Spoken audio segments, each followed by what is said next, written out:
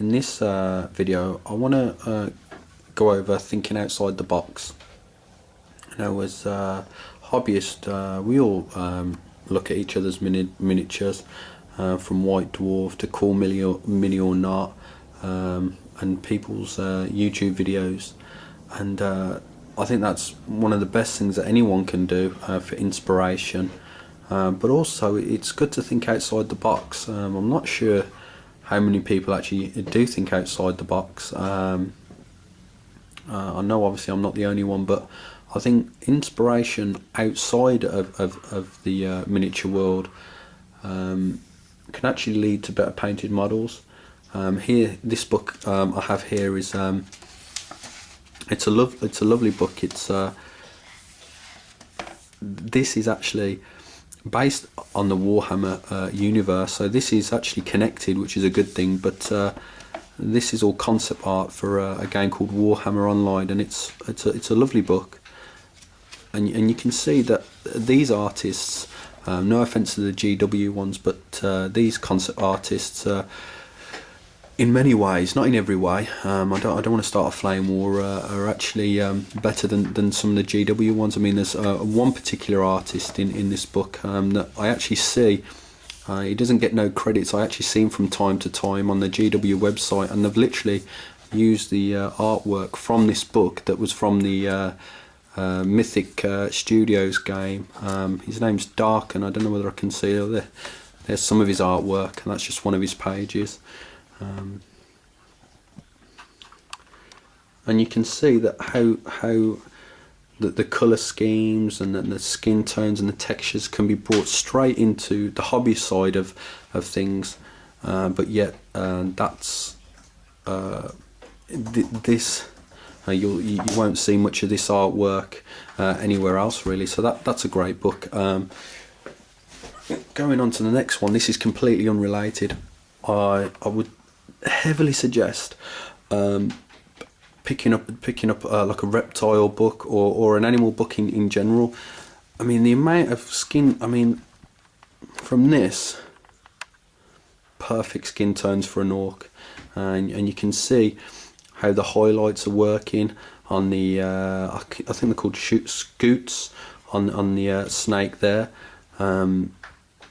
So I mean, you can actually learn how to texture things. I mean, look at that. You started painting a lizard man army, you've got instant colour reference there. I mean, this, I mean, I'm not gonna lie, I don't pay much for my books generally. I have a search on Fleabay, and I'm not ashamed to admit I will go into charity shops. Me and my wife go into charity shops. I mean, it's one of the best places you can pick up books. I mean, this book here probably cost me 50p. It's sitting on the shelf. It's going to a good cause, and I've got so much joy out of this book. It serves a double purpose for me. It's got amazing photography in it, and it's also it's brilliant and very factual. So. Okay, guys, similar sort of thing with this book. It's just robots and bits and bobs. I remember that. I think it's called the Sony Ibo, or whatever it is. I don't know. But yeah, this is brilliant, especially if you like me and you paint Space Marines. It gives you ideas of how to highlight things and different colours to use. We can see there. A prehistoric Mark 1 era Ultramarine, I believe. Yes. No, that's the Mark 1 Ultramarine right there. Check that bad boy out. Again, picked up at a charity shop for next to nothing. And this is again a brilliant reference. Like some of the older robots. I mean, I don't know whether I'll be able to flick through them in there. That's a brilliant photograph right there.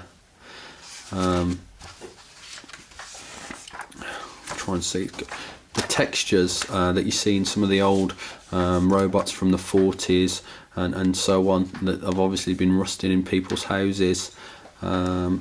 give great insight to weathering, and gives you weathering ideas.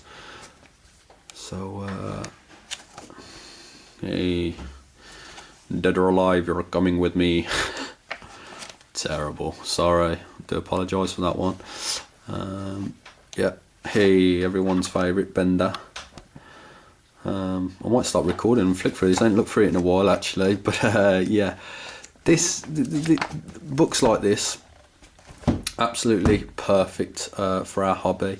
So next time you're thinking of some inspiration, don't look on the White Dwarf website.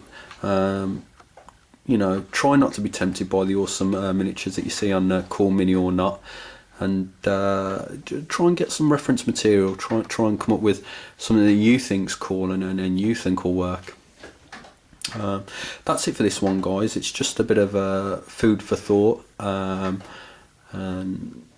when I get stuck on something or I want to try something different, I try and think outside the box, and I just think it's a good idea. Again, thanks for watching, guys, and catch you